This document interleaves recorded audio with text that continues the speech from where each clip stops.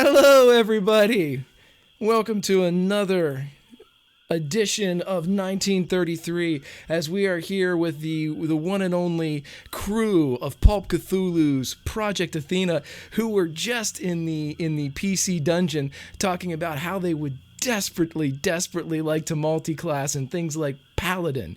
But unfortunately, there is no laying of hands here on Cthulhu, unless, of course, it is to say goodbye to the dead, which... Unfortunately, we do have to say goodbye to somebody, which is a segue I didn't necessarily intend. But Tim, who played Dr. Thomas Mueller, is unfortunately had a scheduling conflict and will not be able to continue with us. However, Thomas Mueller, the character, remains active and in the world. We will describe it in canon coming forward, so who's to say that we don't see the jetpack-wearing Thomas Mueller arrive on the scene at some point in the future? But we will see. Until then, I would like to introduce the characters that we do have sitting around, and let us start, as we always do, with Allison. Allison, how are you? Who are you playing? And are you ready for your last day in 1933?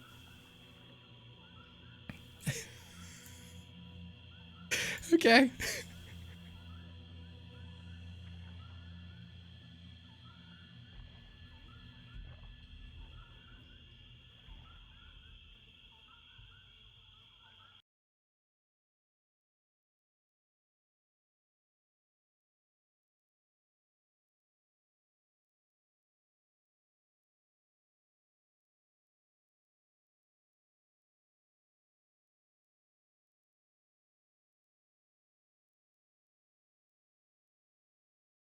Oop, hold on a second. They said they cannot hear Allison. Okay. Alrighty. Give me 1 second, everybody, while I OBS it again. Allison, every time I always get you because I don't have things ready. You do a great intro and then I screw it all up. Oh, I know why. I've got a brand new setup, everybody. I want to do it again anyway. Okay, they're going to talk now. Everybody in chat, if you could give me a virtual thumbs up if you can hear Hello. Allison as she begins once again what was a fantastic segue where she didn't at all insult me for my 1933 comment. Allison, tell us about Cait, and you don't have to do anything about the 1933. Greg, it wasn't an insult. I was being real, trying to help you out. All I got to say is just whatever the Nazis and the mythos cultists have for us, bring it on. We're ready for it. Hey, everybody, it's Allison. Great to have you back with us. Playing Cait O'Callaghan, aviatrix extraordinaire, princess of the skies. And I'm sporting you see them there now, my 1933 vintage Navy balloonist wings. Interesting that there's only one wing on those. I don't know, must be a Navy thing. Anyway, I'm set. Let's do this thing. Alrighty. Hey, and well earned, I might add. The wing, well earned, because that was a fantastic roll, helped with a crit, but also there were several in front of that where Cait, with a gunshot wound, was able to land the sundered USS Akron, which was a fantastic scene. Loved it a lot. Okay, and let's go over to the psychic next to her. What? Who said that? I just heard that. Do not Lauren, have versions at me. Right. Lauren, tell us about Sibella, and tell us if you or her or both of you are ready for your last day in 1933. Huh, he did it anyway, Allison. I did it anyway.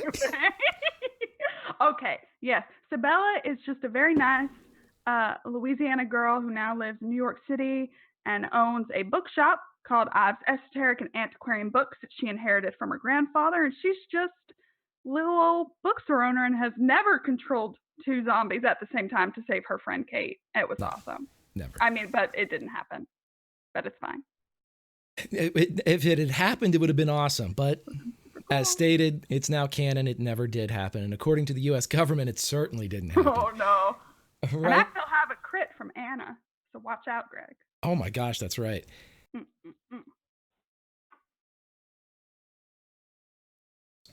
Let's go on to our resident sniper. young Stephen, tell us about Dwight, and is Dwight ready for his last day in 1933? Hello, playing Dwight Burke, soldier of fortune, mercenary, and he is not ready for his last day. He's ready. Apparently, we have to get on a plane ride though to go somewhere. So he's always wondering if that could be his last ride whenever he jumps on one of those things. So I'm ready to go. I think the more that you fly with Miss O'Callaghan, the more That's right. comfortable Is you Cait will flying? be. Yeah. It would be good. Yeah. So what I like is the fact that, you refer to yourself as a soldier of fortune that doesn't like to fly. And if that doesn't just scream B.A. Baracus, I don't know what does. That's right. But, Doesn't matter who's flying. Right. All righty, brother.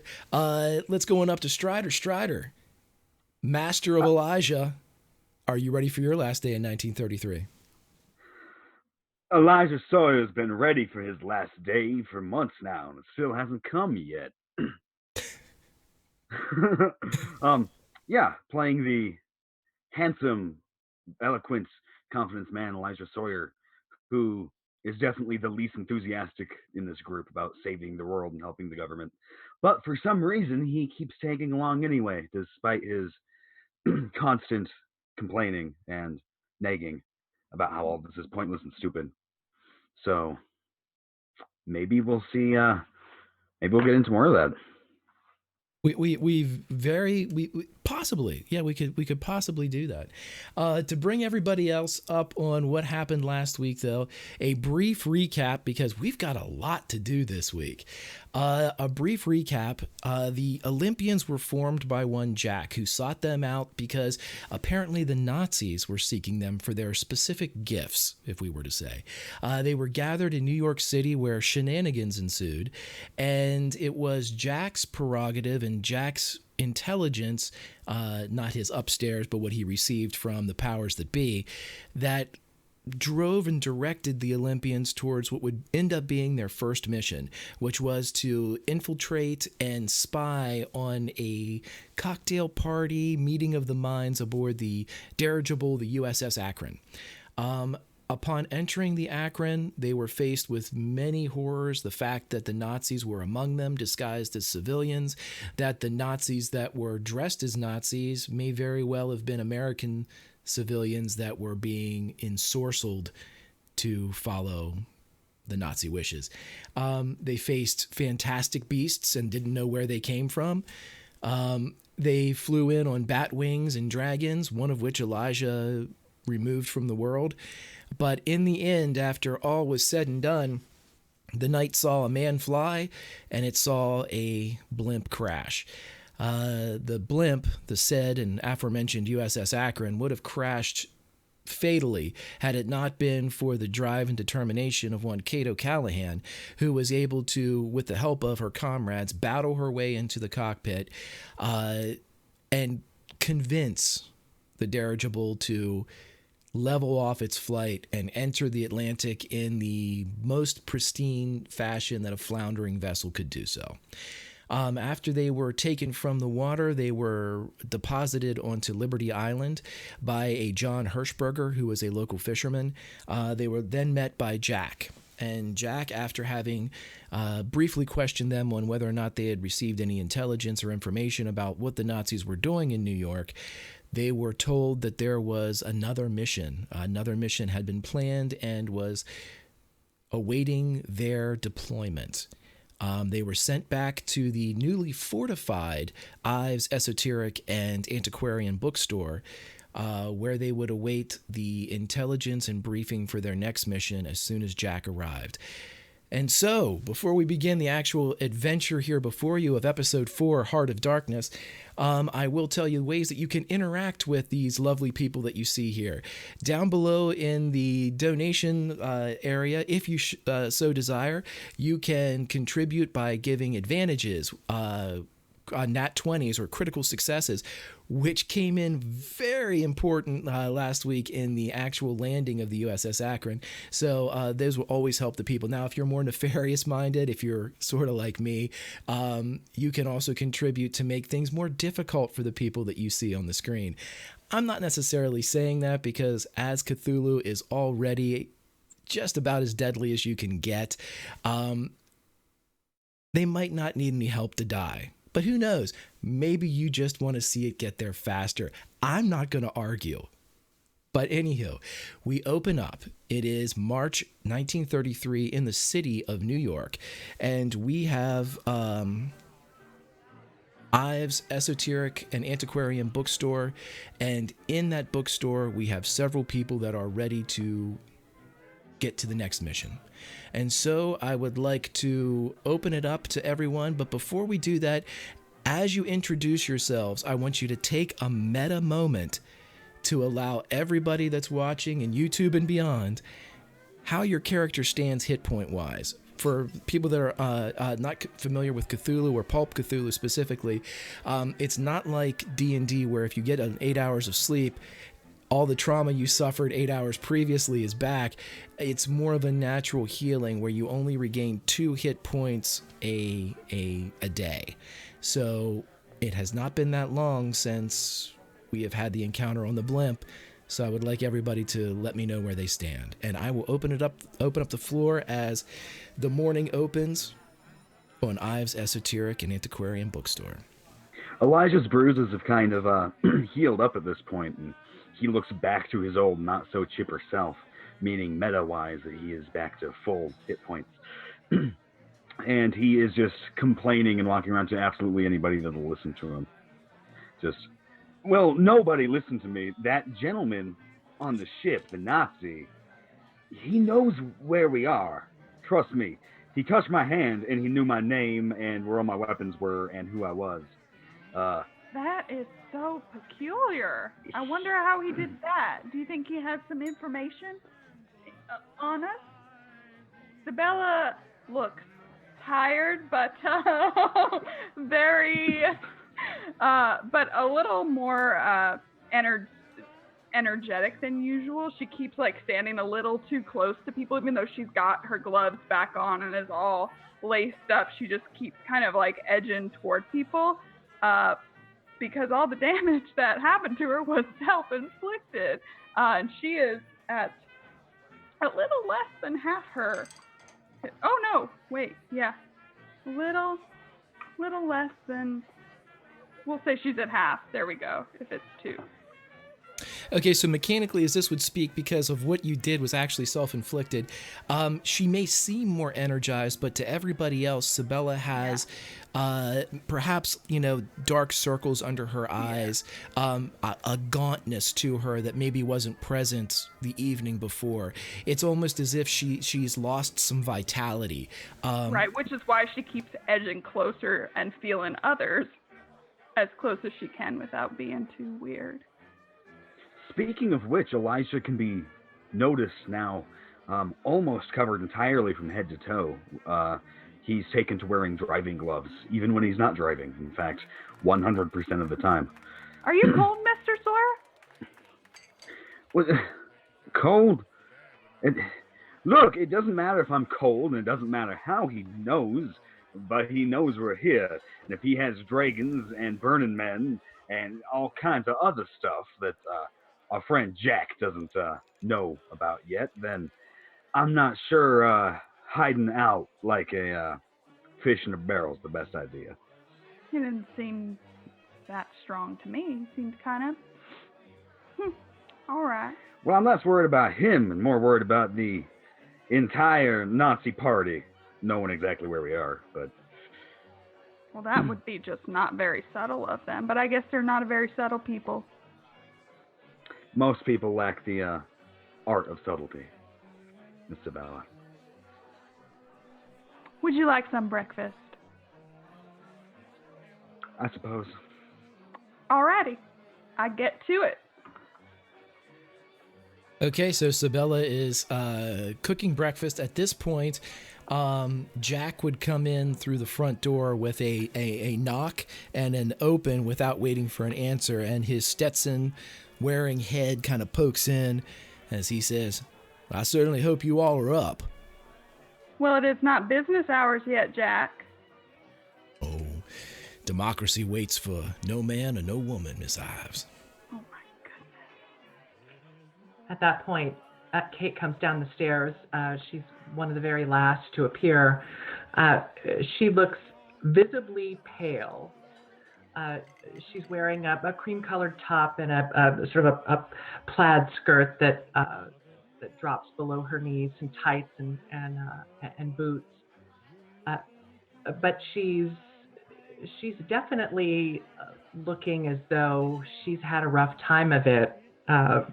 From a meta perspective, she's with 21 and is at 13 hit points after getting gored by a bat dragon and then shot in the abdomen by a Nazi zombie.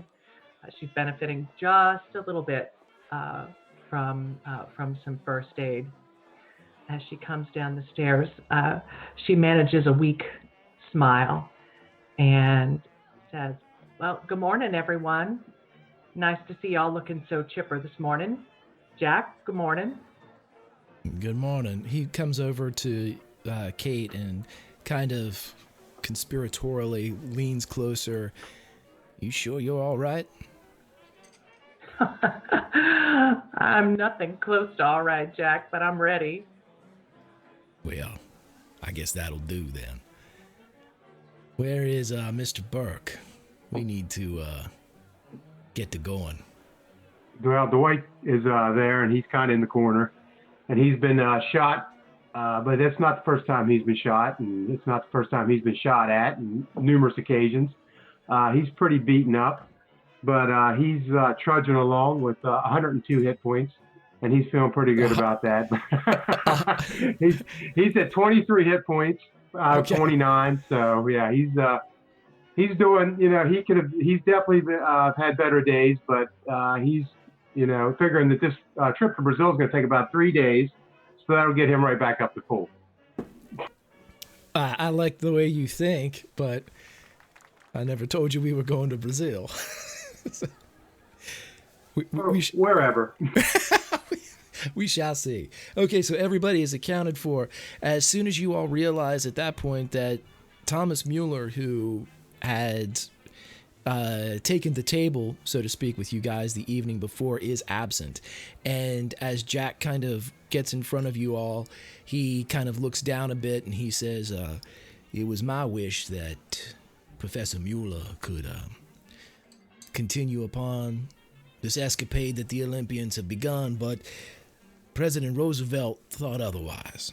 He believed that he was an asset too great for the field, which is not to say that you all are not. It is just to say that when a man flies, it changes the categorization a bit. He will not be joining us for the foreseeable future. But the White Soul girl turned two undead creatures that he's never seen before, so he probably thinks that should be classified as special as well. What? Just cooking. Sausage and biscuits. And gravy. Oh, yeah. Yes, this bookstore certainly wouldn't be safe for one of his caliber, but yeah, I'm sure it's fine for the rest of us. I understand. Yeah, expendable, right, Jack? I am here with you. This came directly from FDR. I am, if anything, a servant of the American people. And the American people voted in President Roosevelt. His voice, Jack, I'm an American person. You sure ain't no servant of mine. You weren't voted in. Believe me, Mr. Sawyer, I'm sure if you put your mind to it, you could be president. But as it stands here in glorious 1933, our president is one Franklin Roosevelt. I don't envy his position. Too much work. I would agree. Now that we've gotten through the sorrowful nature of losing one of our own, I will let you know that I am in the process of finding a replacement, somebody whose skill set may benefit the team. But until then, we have a matter that requires immediate and the utmost urgency. Just a few days ago in Bolivia, about 20 miles outside of Trinidad, Bolivia, there was a armed conflict between the Bolivian and the Paraguayan forces. They are currently at a war, but we would call it more of a border skirmish. There's been a recently found deposit of oil that both countries have claimed for their own in what was previously neutral territory, but as money often does, it has caused normally peaceful neighbors to take up arms against one another. That is of no concern to the American people. What is of concern to the American people is as follows. A communique was intercepted from Berlin that says during the last fight outside of Trinidad, Bolivia, they apparently, during the fighting, an artillery shell hit some type of ruin. The information is scattered to say the least, but shortly after this, we received a communique intercepted from Berlin that said when the ruin was struck, something was unearthed. Most of it was in code, but we keep hearing an item referred to as the Tyrannish. Hitler desperately wants this. And how do we know? He is sending his chief field officer for the Ministry of the Occult, one SS Commander Ludolf von Alvensleben. Alvensleben is a eccentric in torture. He is sent anywhere that Hitler cannot go himself, which is everywhere now. He shares a passion for the occult rivaled only by Hitler himself. And for him to send him into the field an ocean away, well, then this Tyrannish must be something of great power. But that power is in our neck of the nape. And President Roosevelt would like you to go down there, beat the Jerrys to it, take this Tyrannish and bring it back here to New York. If we didn't get Hitler's attention before, well, we'll get it now. Couple things, though. It appears that also, since our spy network is not on par with the rest of the civilized world, something that I brought up with the prior administration but was subsequently rebuked for my aggression, it appears the Bolivians have been working with the Nazis, and the Nazis have a contingent in Bolivia hoping to become trade partners with this newly found oil resource that the Bolivians possess. We're not sure if they are already on site. We know that Alvensleben is not. He is not in Berlin, so it's taking him an extra day or two to get there, but they may in fact have operatives in play. Not many. And that is why we are sending you in. Get the Tyrannish. Stop not for the Hitler, youth, or Nazis that may be in the way. Bring it back. Anything else you find that might look shiny and interesting, bring it too. Fuck those Bolivians. They're dealing with the Nazis. You find some gold, you bring it back here, we'll pay for our own keep. Now, a couple things. There is an aid camp, the Caduceus Foundation here in the United States. It's a volunteer. They go down and dig wells and shit for third world countries. And whenever there's conflict, they take foodstuffs and medical supplies for the civilian population. Normally we don't care too much about them, but in this instance, they have an aid camp set up very near the spot of this armed conflict. We are sending you in as volunteers for the Caduceus Foundation. So you will be going in as good Samaritans and volunteers of the highest order. Of course, as soon as you get there, don't listen to a word any of those peacekeepers say. Get to the site, find the Tyrannish, and get out of there. You are not to engage von Alvensleben. Questions? How altruistic of you, Jack. I am, if nothing, a kind of benevolent dictator.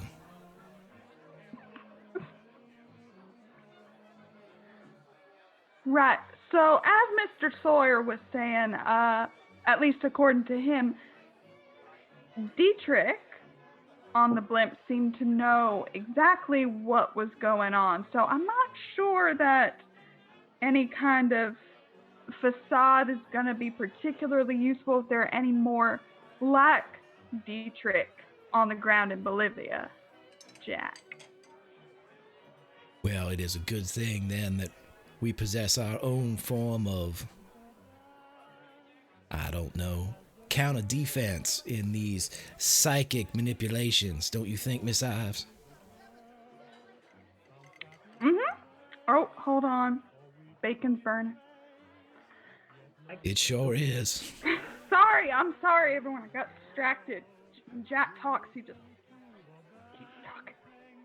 With that, Cait's been looking. Cait took a quick look over at Sibella and then looks back to Jack. Well, Jack, what about entity activity? Have you got any intelligence on that in Bolivia? Miss O'Callaghan, that's an excellent question, and one that I do not have the full information for. We do have a sympathetic operative in the area by the name of Quentin Shapiro. He will meet you at the landing site in Bolivia with any up-to-date intelligence that has been able to be garnered on site. But unfortunately, all we know is an artillery shell struck a ruin, and all hell broke loose. Well, Jack, I think we can be there in a couple of days, but we ain't all gonna fit in Calamity Jane. How are we getting there? You're gonna like this part, Miss O'Callaghan. Well, if anything, I don't get a chance to surprise many people, so I'll tell you what. We have something waiting for you at the same strip where you dropped off Jane, and I think you'll like it. I'm sure I'll like it a whole lot better, Jack, if it's got some armaments on board. I mean, if we run into any more of them bat dragons, I sure would like to have a way to protect ourselves from them. Oh boy, I sure hope it's a dirigible. It is not. I think we've learned our lesson with those, Mr. Sawyer. But it is something that you should enjoy, to say the least. I'll look forward to learning more about that then. So if y'all don't have any more questions, your next trip is going to be a long one to sovereign state of Bolivia in the beautiful and robust South America. Jack, I just one other question. Sure. Of course, I haven't been outside since last night. I'm just wondering, what are the papers saying about the Akron and all that? Now, it's hard to put something like that under a rug. They know she crashed. They know that former Vice President Curtis is no longer with us. Other than that, they know that a few people survived, but because of the inability to get it into the papers as quickly as the morning hours would allow, exact names have not been reported. There haven't been any names reported? Well, your name's been reported, Ms. O'Callaghan, because rumor got out quickly that you were the one that saved the Akron, were piloting it when she crashed. There are varying reports and opinions as to why it crashed. This is a day and age where a woman shouldn't be behind a flight stick. Of course, these are the opinions of the age, Miss O'Callaghan, and of course not mine. So there have been opinions that perhaps you caused the crash in your attempt to save the Akron. And then, of course, there are the people that are correct, and that you saved the lives and the souls on board by your gallantry in the face of utter destruction. That's my opinion. Conflicting stories, so less people dig up the truth. I see what you're doing there, Jack. Don't let no one tell you ain't sharp. I don't care what the rest of these folks say. You know what you're doing. I'm glad you approve, Mr. Sawyer. Your acceptance and your appreciation mean the world to me. Cait definitely brightened up a little bit at the news from Jack. She goes back around to helping Sibella set the table for breakfast. Okay, so as you guys, I'm going to assume you guys have a nice breakfast and you're able to get yourselves ready for the time that's to come. After about a half hour, 45 minutes, Jack takes you to, unless you have anything else you need to do, Jack takes you to the same airfield that housed and witnessed the landing of Calamity Jane in the state of New York. And there before you, as you can see in roll 20, is the Ugly Duckling. The Ugly Duckling is just that. She is a water and amphibious bomber craft, landing with the ability of water landings and land landings. She's also armed with several Browning machine guns at both sides, the rear, and just underneath the pilot's console. She is tough, she is ugly, she is relatively fast, and she is yours. Cait stands up. Maybe she's got a little bit less of a swagger than when she walked away from Jane that morning. And she just runs her hand along the fuselage and she says, well, look at you. Aren't you a beautiful little thing? I don't think I've ever seen anything quite like you before in my life. She starts walking around and checking out all of the weaponry and the undercarriage and so forth, getting a feel for her new friend. Absolutely. And as you're doing that, as is often the case with Cait, and whether this is a figment of her overactive and reckless imagination, or who knows, perhaps it's something real, but how can this possibly be real? The duckling is an inanimate object, just like Calamity Jane is an inanimate object. They don't have feelings. Unless, of course, they do. And as Cait is checking out the Ugly Duckling, a sense of calm comes over both pilot and craft as the duckling begins to imprint on its new pilot, getting accustomed to the person that'll be behind its controls. They're coming for you, Steve. I told you. Sorry, that's like my neighborhood, like right out front here. Huh. That's okay. That's just some of the kids I work with. Yeah, there you go. Is Jack still?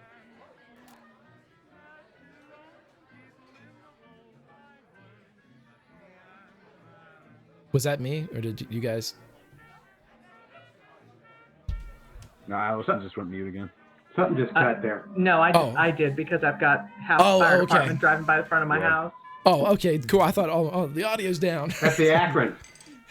Right, yeah, that's right. They're rushing to the Akron. Sorry about that. No problem.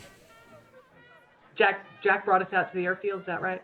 Yeah, Calamity is in the hangar where you left her. She's been turned around, though. Okay. So Cait finds a way to make her way to Jack solo, and she says, look, Jack, it's a little bit embarrassing for me to admit it, but after what happened last night, and she kind of touches her side where she's bandaged, she says, I think I could use a little bit of help with this ugly duckling of yours here. I suppose you've got somebody lined up to sit in the co-pilot seat? I do. Yeah, one of my best men. Franklin, come here, boy.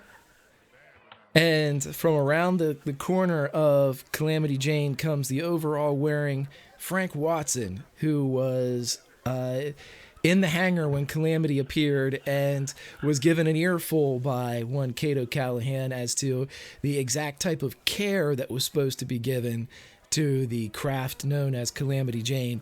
And as he comes over, bright-eyed and clean-shaven, the epitome of the American youth, he comes over and his eyes immediately meet Cait's and drop to somewhere in a middle neutral area that is distant. So he is not engaging or appearing to be aggressive in any sense or manner. And he immediately says, well, Miss O'Callaghan, it'll be a pleasure. I'll help you any way that I can.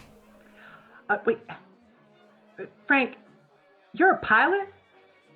I am. I am, Miss O'Callaghan. Well, sweetheart, why didn't you say so? I thought you were just a technician running around with chalk blocks and all that. Well, I started as a mech, but well, you know how we are. We jump them when we're testing them, and somebody said that I jumped them pretty well, so Uncle Sam decided to put a little bit more money into me, and here we are. Frank Watson, pilot. And you're qualified to fly? You're qualified to fly this aircraft? She points over at the duckling. Yes, ma'am. Yes, ma'am. Well, all right. I guess that makes us partners then, doesn't it? Sure, absolutely. Partners it is. Still looking down and not engaging in eye contact. And then he dares one statement. Calamity Jane's in perfect shape. I just turned her. I didn't touch her. I made sure she was fine. She's fine. Perfectly fine. Well, I'm going to go have a conversation with her, and I'll know if you did, but I don't have any reason to doubt it. Now, why don't you go do the pre-flight? Yes, ma'am. He runs off. Doesn't wait for anything else. He just takes off. Now, Jack, I got one other thought for you. And sure. I'm just thinking that if we're going to run into any more of them bat dragons up there, I'd sure like for Calamity here to have a little bit of protection, if you know what I mean. Oh, I'm sure that could be arranged. Well, I'm sure it could as well, but I have some very specific conditions under which it needs to be arranged. If I'm not going to be here to oversee the modifications myself, and I'm thinking somewhere between 4 to 6 machine guns, then it needs to happen in a very specific kind of way. She's experimental. She's not like any other aircraft that's ever flown. Of course. So this is what needs to happen. It needs to happen under the oversight of my friend Jack Parsons. I think you know who he is and you know where you can find him. Yes, but Mr. Parsons is a busy man. Mr. Parsons, I'm sure, will find time to come and spend a few moments upgrading Calamity. She's his baby as much as she is mine. Well, we will contact Mr. Parsons and explain the situation to him, and we will invite him to be our guests here in the city and state of New York. You're going to invite him in the same way you invited me? No, we'll ask him. All right, then. Well, if he says no, you just leave her be, and I'll take care of it when I come back. Yes, Miss O'Callaghan. And you tell him to watch out for the thrust-to-weight ratio, because that's going to be an issue with those machine guns, especially when they're firing at the same time. I'll leave it all to Mr. Parsons' expertise. I'd muddy the waters in the transmission of this message. Thrust-to-weight. I'll get something out. Frank, write that down. Yes, sir. All right, Jack. Well, I'm going to go take care of this girl here. We'll see you on the other side. I hope so. All right, so you guys have the option of loading on here. You also have the option of doing anything you need to do here in New York City before we begin our Indiana Jones montage to Bolivia. Cait, if you wanted to say a few words to Calamity to explain why you're leaving her here in the hands of these ruffians before Mr. Parsons. You see Cait jog over the first few steps and then slow to a walk as she makes her way back to the hangar. She's obviously in a little bit of pain. And for those that are paying close attention, you see her walk slowly all the way around Calamity, pausing here and there. It almost looks as though she's talking to the airplane. And she lingers a moment as she makes her way around the backside. She lingers by that beautiful piece of iconography that's been painted on the side. And then she reaches up, puts a kiss on her hand, slaps it on the side of the fuselage, and she makes her way back out toward the ugly duckling. And as explained before, whatever it is between the aircraft and pilot, as kissed hand meets fuselage, there is a moment where Cait hears in her head, "Hurry back." So as you guys get aboard the Ugly Duckling, behind the expert hands of one Cait O'Callaghan and the eager hands of one Franklin Watson in the co-pilot seat, you all take off from the state of New York. And let's see just how tech savvy this guy is as we hit our first travel montage. Let's do it.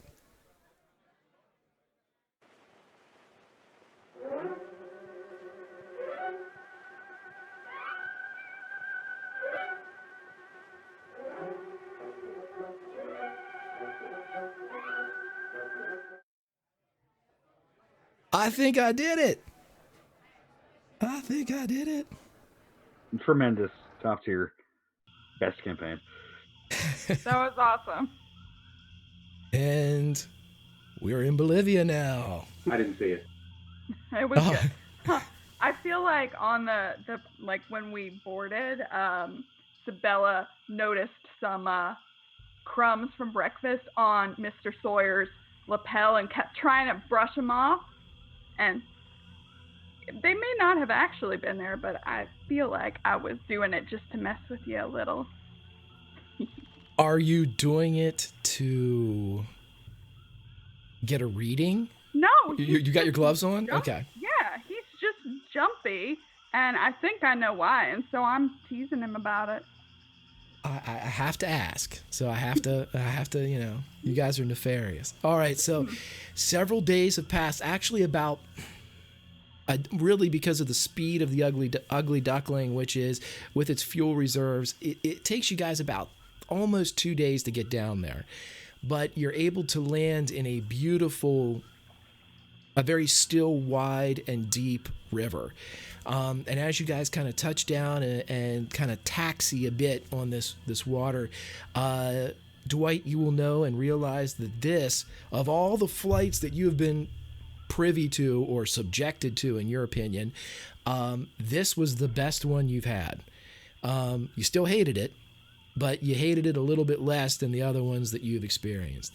And as you guys sit down, you notice that there is a river station which appears to have a very long dock for amphibious aircraft. And as you pull up, you see that the symbol of Caduceus on the side, which is almost like an eye with a crucifix in the middle of it. And as you guys kind of taxi around and pull up into the country in the interior, in the heart of South America, in Bolivia, as soon as the door opens up on the side of the Ugly Duckling, you are hit with the heat and the humidity. And while Dwight has experienced this sort of thing being in the different countries that he's been in, and while Elijah and Sibella have experienced this, because really, is there anything hotter than a summer in Louisiana?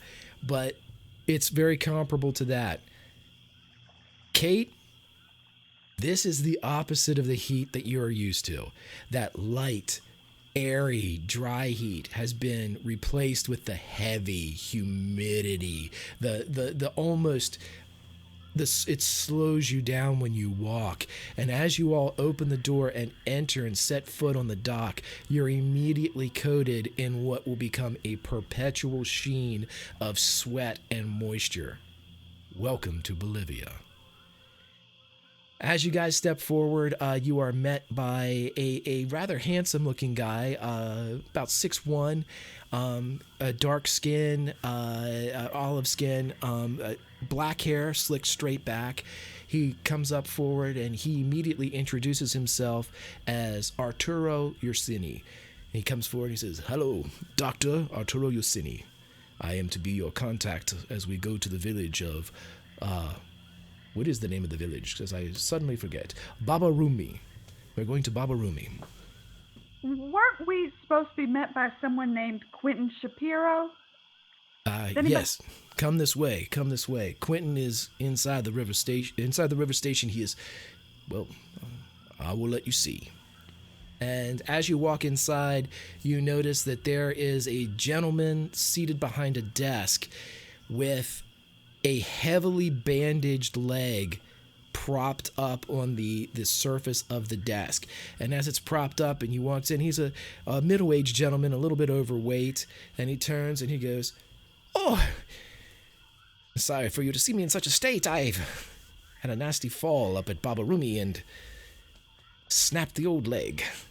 Elijah's eyes are right on the broken leg. And he goes, "Oh, you're obviously one of Jack's men. You must be Quentin." Yes, sir. Quentin Shapiro. Pleasure to meet you.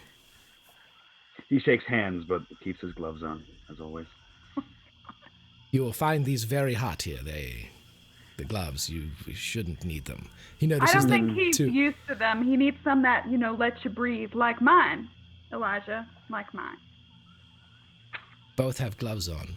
Wonderful. Dwight asks about the war going on here right now. Does it appear that there's soldiers about in the area? There are a few, but the good news is the Bolivian and the Paraguayan forces have moved off. Whether it was a combination of seeking more fruitful battlegrounds or the fact that the event occurred, I would say it's a combination of the two with the emphasis on the latter. Quentin, across country lines, information gets kind of fuzzy. I don't know anything about this event of yours. Well, it's quite possible that we have received information while you were en route. Apparently, the Bolivian and the Paraguayan forces hit some type of Incan ruin. Well, I'm not sure how much to believe, as I was investigating it myself the other day when he kind of lightly taps his leg. I didn't believe myself to be this clumsy, but apparently. There was some type of event occurred that caused catastrophe. We're not sure if it was some type of natural gas that was released or some type of feral beast, but several of the troops on both sides of the conflict were lost. And the battlefield has been undisturbed. I was going to check it out myself, but again, he taps the leg. It seems like it was not in the cards for me. Just out of paranoia, Greg, can I see if I think he's telling you the truth? You certainly can. I was going to too, but I'll wait. Is that psychology in this game? Yep.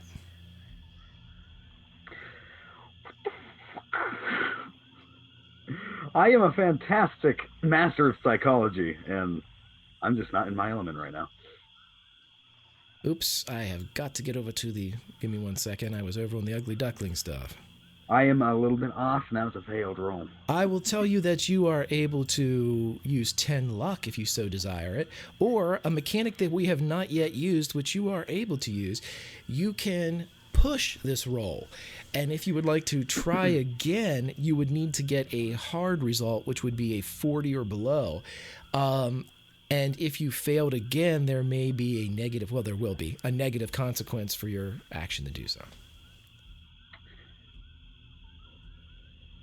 Yeah, you know what? Just for everyone else's sake, to see how pushing rolls goes. Just for fun. Oh, thanks, Just Strider. for everyone else. I totally will push the roll.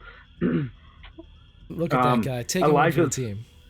Elijah's probably getting a little too up close in this guy's face, more than he should be.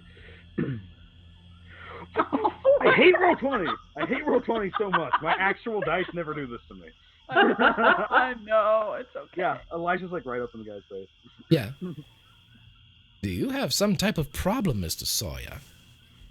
You don't believe I am who I say I am?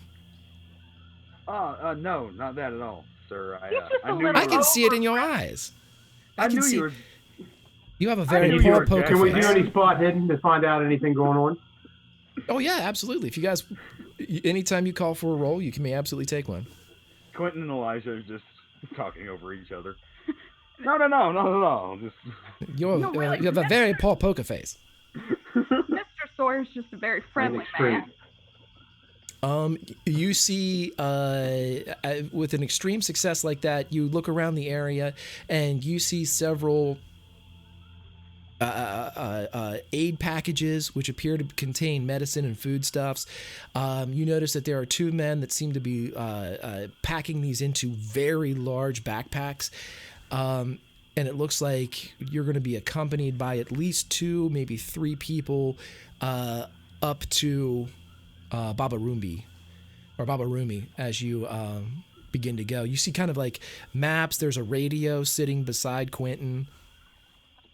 Just for call out, Dwight's going to be on the lookout for Germans, Nazis, anything that, you know what I mean, he would trigger people following us in any way, shape, or form if he has to do spot hiddens at certain times. Right. Guerrilla fighters in the trees down in Bolivia, man. Right, absolutely. Did you want to? You can ask Quentin about the Nazis as well. I mean, that's. Yeah, he was gonna ask him, but he was gonna let Sawyer figure out what he was gonna do first. Well, he will no longer talk to Sawyer.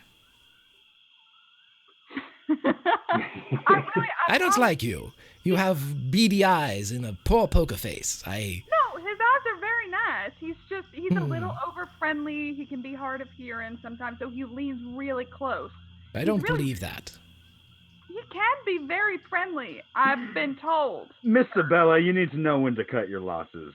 No, she seems friendly. She seems friendly. The dark soldier in the back seems friendly, but you have beady eyes and a poor poker face. Two very negative traits in a man. I will not speak with you. I don't want to be here anyway. I don't want you here. I cannot leave because I have a broken leg. You may walk outside. How far are the ruins away? 10 miles. And any German activity, anything that we need, any kind of Germans or anybody that we need to be concerned with around here. We have received no reports from the aid camp that there are any Germans there. They have a radio, and they would have reported if anybody had arrived at the camp that was not either a civilian or Bolivian or Paraguayan, and we have received nothing. So we should be able to continue as previously discussed and send you all as caduceus employees and volunteers. Even the beady-eyed one, even though I would suggest the rest of you talk instead of him. He's very poor at it. Cait seems like she's been very distracted for this entire conversation, but she's slowly kind of beaded back in. She's pulled off her altitude leather jacket, of course. Her hair is just full of sweat. She's a mess.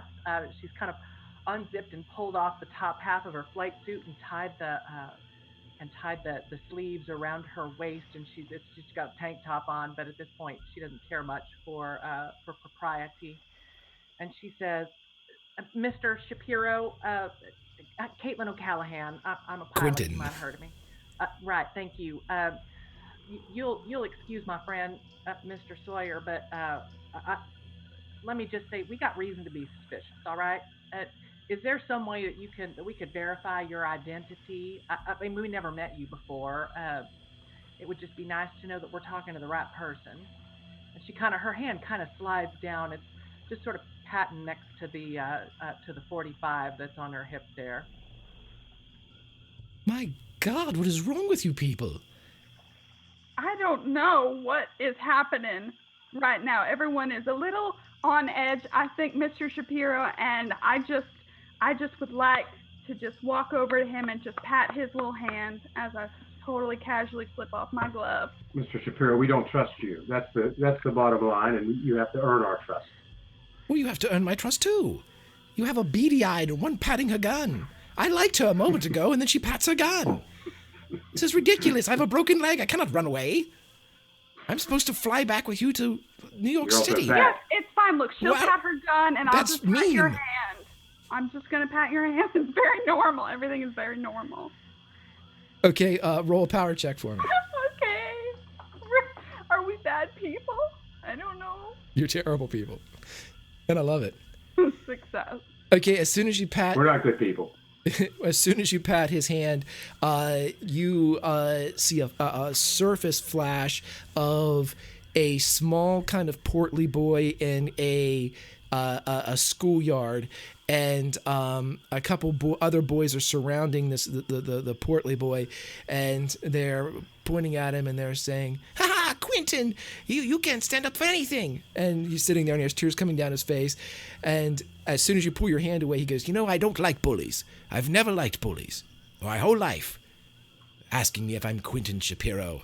I am Quentin Shapiro." Of course you are Quentin Shapiro, and you can stand just fine. Well, you can't right now, but you will be once your leg is healed. You'll be able to stand up. He's fine, everyone. I trust him. He seems very trustworthy. Sibella, how rude. Don't tease the man about his broken leg. No, I wasn't. I wasn't, sir. I was just saying that you look very capable of standing up. Mr. Shapiro, can I have a drink and a cigarette, please? How the hell am I supposed to get you that? I'll get it if you just tell me where. This is Bolivia, right? I'll get it. Well, yes, it's not the Cotton Club. I don't smoke. Arturo. How did you end up here, sir? I work with the Caduceus Company, and I also work with the United States government. If you haven't figured that out yet. Jesus, who did he send down here?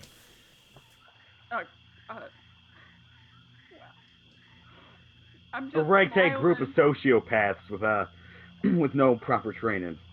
That's the first thing you said that I believe. Anyway. This has been lovely. Has there been any strange stories of, like, out of the ordinary things, Mr. Shapiro? Dwight has his flask, and he pulls it out and takes a drink. I tell you what, roll me a...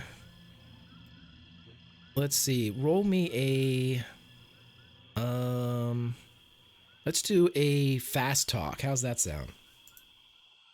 Anybody can do this except for Me? Elijah. Yeah, let anybody but him? Yeah, Elijah cannot do it.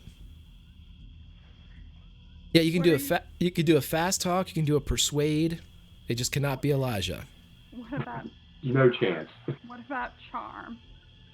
Yes, charm will work. Okay. If I didn't fail it would. Oh, okay. He goes, no, nothing. There was something. I can't remember. I've been inside. Well, try to remember, sir. And? No, it's gone. Whatever it was, I can't remember it. What is it's as if the roles were a little bit better. I probably would have a nice tidbit of information for you, but I cannot remember. Could I try to push this by going and pouring him some water, going around his head and making him give him a little massage? No, I'm fluffing his pillows. Is that what you call it? Okay. I'm literally fluffing his pillows. Literally. Literally. This is the best day in Bolivia ever. Okay, so I just roll it again? Yep. You have to get an extreme. Or a hard, excuse me. Okay. Nope. No pun intended. Right. Right. So as you're pouring him the water, you give it to him and you spill it, and it kind of seeps into the leg that is wrapped, and he's like, my God, what can I do for you people? I am Quentin Shapiro. I think it's time you leave and do whatever the hell it is that Jack wants you to do here. That's what I've been saying this whole time. No, you haven't. We've been confrontational. No, I want to leave the whole time. I think we should go, everyone. They roll banana leaves around here to smoke them. I don't know what it is with you and smoking, but... I'm so sorry, Mr. Shapiro. Fine. If you need me, which I hope you do not, you may contact me. I'm giving Arturo a radio to take with you. It is keyed specifically for this radio, and he points to the one on his desk. Don't mess with the channels or the switches. It is tuned in to this radio. If you need to call me, set it up, and it'll call this radio. It was very nice to meet you. I wish I could say the same. Yep. Okay, so as you guys quit the river station and Quentin Shapiro, you are put outside, and the tall, handsome gentleman comes up again, Dr. Arturo Ursini, and you are surrounded by three what appear to be volunteers, 2 men and a woman that are volunteering for the Caduceus Company, and they are slinging the packs onto their backs, the huge packs. All of your equipment has been unloaded from the Duckling, and Franklin is doing as much of a post-flight check on the craft as he can. And it appears that he is starting to strip down because he's actually going to go into the water and go up on the other strut and things like that. And before he does, he's kind of like halfway out of his overalls when he looks over at Cait and he says, I was just going to check her out. Is that okay? I'm just going to... Oh, Frank, of course it's okay. Look, Okay. Look, you did a really great job on the way down here. I really appreciate the help. You know, I don't quite have the strength right now to hold her in some of those turns. She's a big girl, and I'm still not fully recovered here. But you did a great job. Thank you. Well, thanks, Miss O'Callaghan. I appreciate it. It was an honor to fly with you. It was... I learned a lot just by watching. So... Well, now, honey, you don't need to butter me up. I already told you I like what you're doing. Okay. I wasn't, but okay. All right, now, so I want you to stay close to Mr. Shapiro in there. He's got the radio, and if we need to relay information back, it's going to come through him. So stay close, all right? I brought a bottle of scotch with me. Do you think if I take it in, maybe I could butter him up and put on some of that old Watson charm?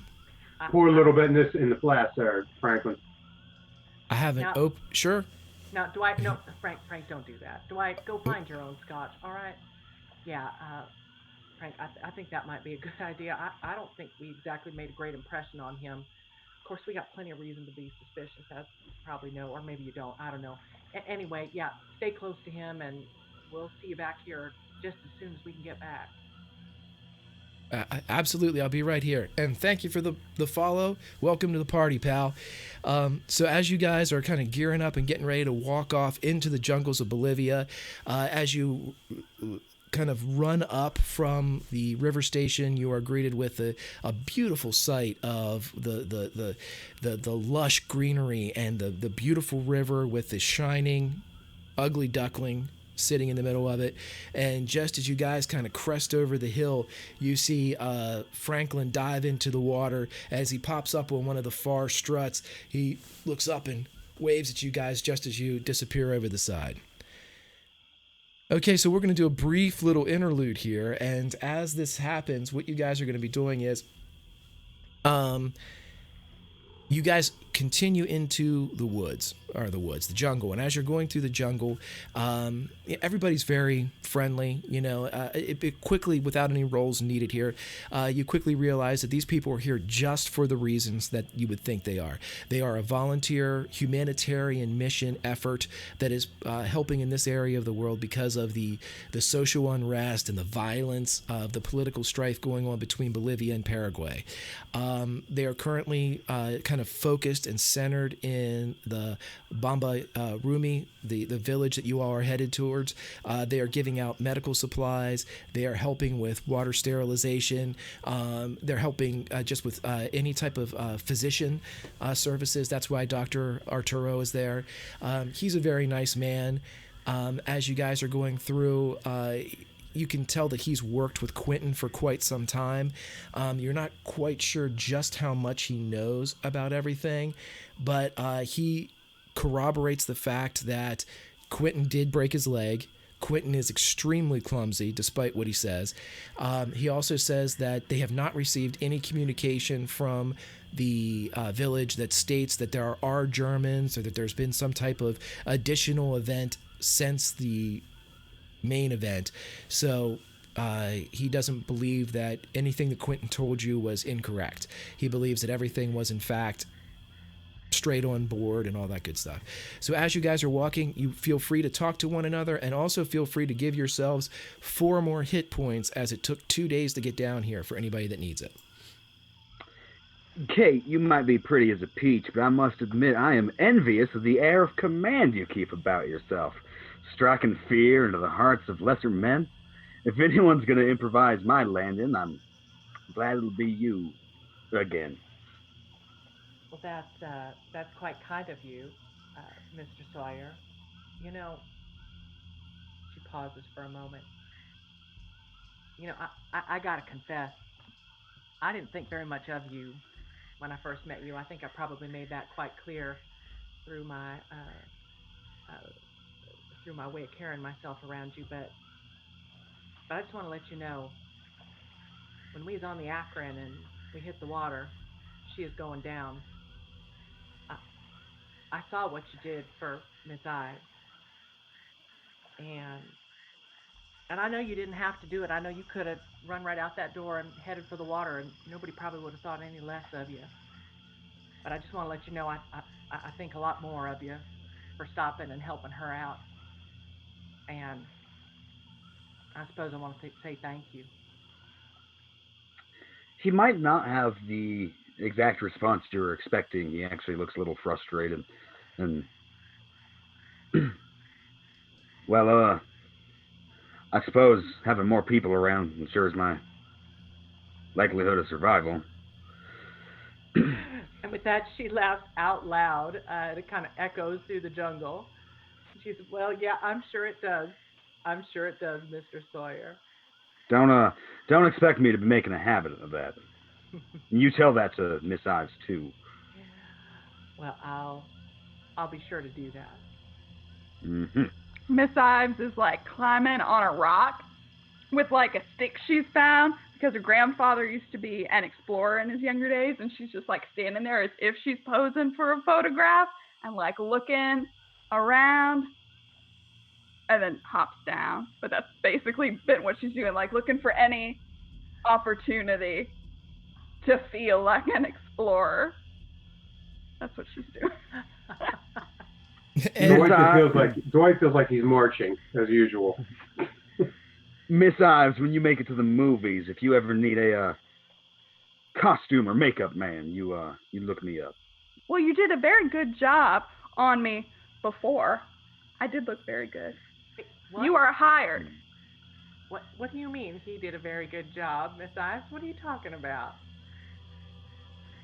I mean, I was a bit of a mess. I don't really do much with the face. Grandfather wasn't really good at some of the more feminine sides of my education, so it was a bit. It was all red. It was just all red everywhere. And Mr. Sawyer gave me a few pointers. That's all. Sawyer, you use makeup? So, Mr. Dwight, have your sniper eyes spotted anything? That might be dangerous. Any Jerrys out there? How did I get involved with this group? Yeah, he will do a spot hidden though, to be honest. Yep, go right ahead, bud.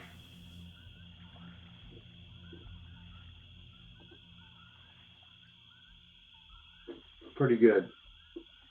Yeah, you look around, and the natural environment that is the beauty of Bolivia is not necessarily lost on Dwight, but Dwight sees through the facade of nature's beauty. He identifies threats. That's what's kept him alive this long. That's what he's hoping is going to keep him alive a little bit longer than that. But yeah, he doesn't see anything that he identifies as a threat. You guys are about halfway there. You have about 5 more miles until you reach Bombarumi, and yeah, it looks good. Everything looks. You don't see anything that makes your spidey senses go off. As we get closer, Cait starts to fall behind just a little bit. She's still, despite having a few days between her and that gunshot wound, she's still not feeling her full self, and it's noticeable.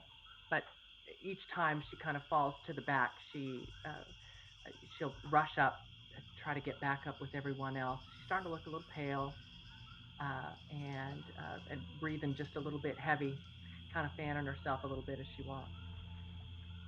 Dwight asks Cait if she needs help, if she wants to, a hand or anything like that to assist her. Yeah, thank you so much, Mr. Burke. I'll be fine. I'll be fine. Thank you, though. Cait, I figured as much. We know you're strong and tough and all that, but we do have a doctor in our presence now. Maybe once we get settled, you should have a conversation with Mr. Arturo. That would be most welcome, Mr. Sawyer. Thank you for the thought. At the mention of his name, and this has been, you guys are maybe like, by Dwight's estimate and anybody that has a keen eye for navigation, you're about 2-3 miles out of the village at this point. Dr. Arturo comes up to you and he says, "Are you okay?" to Cait. Yeah, I'm fine, Doctor. Thank you. I am. This may come as something of a surprise to you, but I suffered a bit of a wound the other night. I'm still not quite healed. From what I understand, it did not penetrate my abdominal cavity, but the muscles are still very, very sore. He turns his back to the trail and he starts to, may I? And he starts to kind of touch your side. We have to make sure that there's no, you're not reopening the wound, or there's no type of infection or inflammation. Yeah. Everyone get down. At that moment, Cait, when Arturo looks up at you, the tall gentleman, you see the top half of his head disappear as it just explodes out and covers you in a red mist. And the moment before, as you kind of looked up and Dwight yelled out, you heard a shot ring out, Arturo's head explodes. The other volunteers just drop to the ground. They're screaming and looking around as you see 6 uniformed men jump out from either side of the road, and they are all carrying shotguns. And farther up in the trees, visible only to Dwight Burke, is a man behind a long scoped rifle. Cait immediately looks for Sibella. Well, we are in what they call combat. So everybody, so nice. everybody, tell me what your dexes are, and that's how we're gonna go. Dwight, you're first because you noticed this. But we're gonna go with Dwight, and I have a dex of 90. Okay. As does Cait, 90 also. Okay. Each of you guys roll a D100. And we'll see where. Just roll anything and tell me what your scores are. Lowest score wins. Not me. Ever. Except Oh, for wow. this time, my friend. Except today. Get all of the bad rolls out right now. There you go. That roll 20 beats you up right now. So in combat, that's not how it works. Roll 20 just hates you. You got it. Okay. My dex is 65. Right, I thought you were... Okay, so the current order is Dwight, Sawyer, Cait, and Sibella. So, Dwight, you have seen this more than anybody else. Your soldier instincts took over. You screamed out. You had the ability to pull your gun out as the rifle's already formed. You've got your grand. How do you want to proceed, sir? You've got 6 immediate threats, and you have somebody in the distance. Can I see the person in the distance? Is he bearing down again to shoot? This person has the high ground. Yes, they are aiming. You're not sure at who they're aiming, but you can tell that they have the high ground. They are stationed. They are dug in. The 6 in front of you are approaching with shotguns, which I will tell everybody that's not familiar with Cthulhu, shotguns are real bad. Yes. Real bad. Can I move first? Potential movement to cover to the closest place you can get, or who's ever in front of me. If I can get to behind cover, and then aim at the closest shotgunner to me. Yeah, you've got movement, and you've got movement and 2 shots with the gun. So okay, what kind of cover? Either side of it's a very, very Spartan trail that you guys are on. I mean, the jungle is just 5 feet away on either side. So. All right, I'm going to take cover behind a tree, and I'm going to fire at one of the shotgunners. Okay, so go ahead and roll me a. Closest one to me. Gotcha. Okay, 2 shots at. Okay, with the first shot, as you fire it off, you take the shotgunner in the throat, and as it ejects from the back end of it, the sniper that is Dwight Burke ends one of the shotgunners before they get a chance to do anything.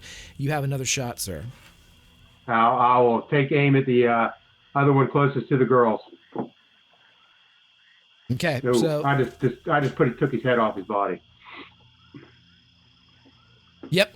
So two of them immediately drop from the barrage of hellfire that Dwight Burke levels from the end of his rifle as he fires both of his shots. They are immediate kill shots to these.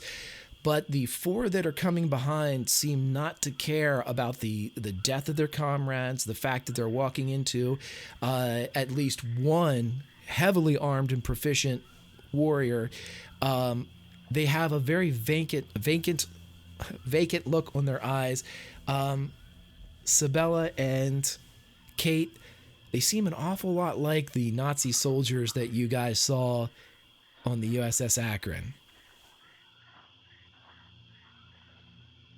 Sawyer, you're up. Are there, is Sibella and Cait still out in the open? Yeah, everybody's out in the open except for Dwight, who dove to the side and shot. Elijah's yelling out to Dwight in between shots, "Where's the fire coming from?" And he's actually going to spend as much time as he can just grabbing people and throwing them into the bushes on the side of the trail, just to get them out of the way a little bit. I will give you the ability to try to throw one person. Okay. Who would you like to Dwight throw? would scream, "You need to fight." Meta-wise, are you guys okay? On a scale of 1 to 30, how do you feel? They're tough. That's why I left them. On the pain scale, which face are you making right now? make that face. Okay, Elijah will just jump out in front then, and the 32 revolver from the sleeve is already in his hand, and he is firing. Who saw that one coming? Success, Nice. 3 damage. Okay, so you fire and you take one of the shotgunners in the shoulder, but they continue to advance. And as one, the 4 remaining shotgunners cock their shotgun. And for anybody that's paying attention, one of the headless soldiers on the ground also cocks his shotgun. Elijah will take his second shot, and as long as he's in front of everyone, and he's the biggest target, he's okay with that. Okay, same person? Yeah, let's go with that. Okay. 6 more. Okay, so you fire and kind of track up the shot in the leg. You take him in, or the shot in the shoulder, the shot in the leg, and you drop him to the ground, but he still seems to be alive. He is, brutally wounded, though, as just blood is pouring out from everywhere. You've killed this man. He's just not dead yet.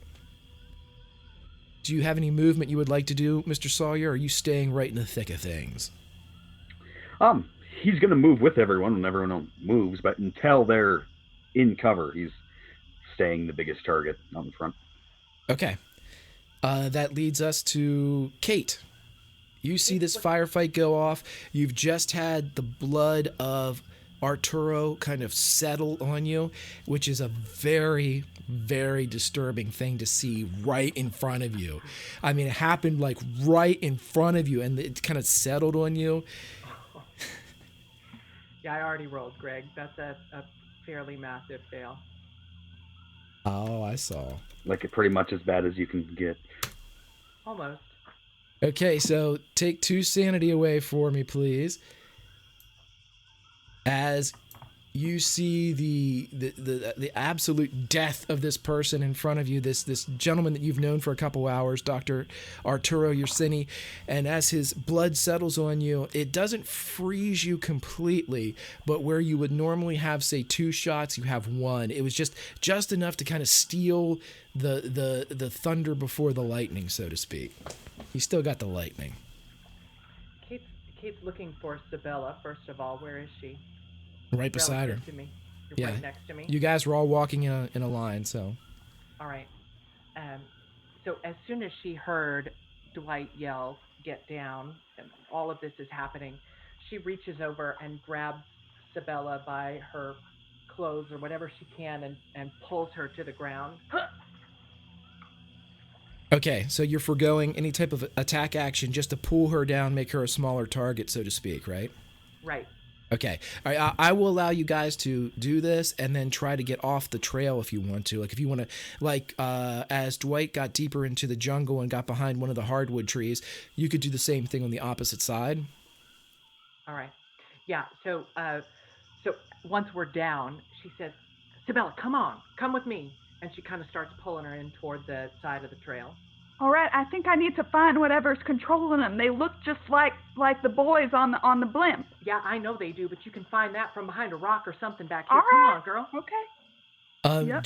Just for shits and giggles. What? Roll a Constitution check for me, Cait. You leave her alone. Leave her alone, Greg.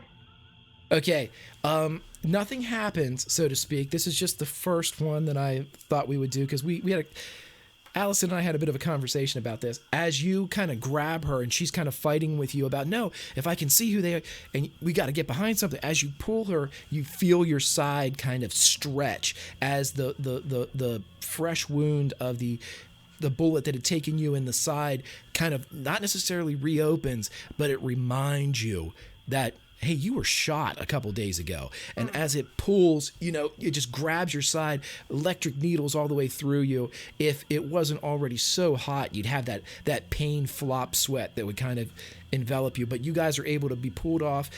Sibella, Cait pulls you off onto the side. You guys kind of fall into the brush. And it is your turn.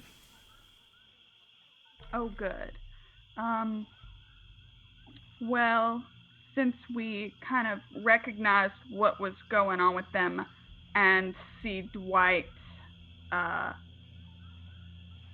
looking around and such, I'm going to try to find someone, because I remember the server had like a little disc and was controlling people, so I'm going to try to find who's got that. Okay, so you want to do like a spot hidden? Uh-huh.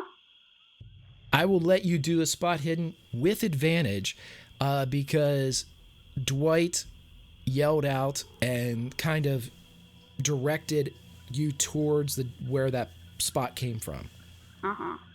Because, I mean, you're not looking at the shotgunners because you know that they're so you know that there's somebody else. So, yeah, you have advantage. Okay. I'm nervous. You should be. Thanks, Greg. You're welcome. What if I just decided to use my crit instead? You can do that. You can use your crit. That's what it's there for. That's what the lovely people of chat and Anna gave you last week. So absolutely you can do that. I do it.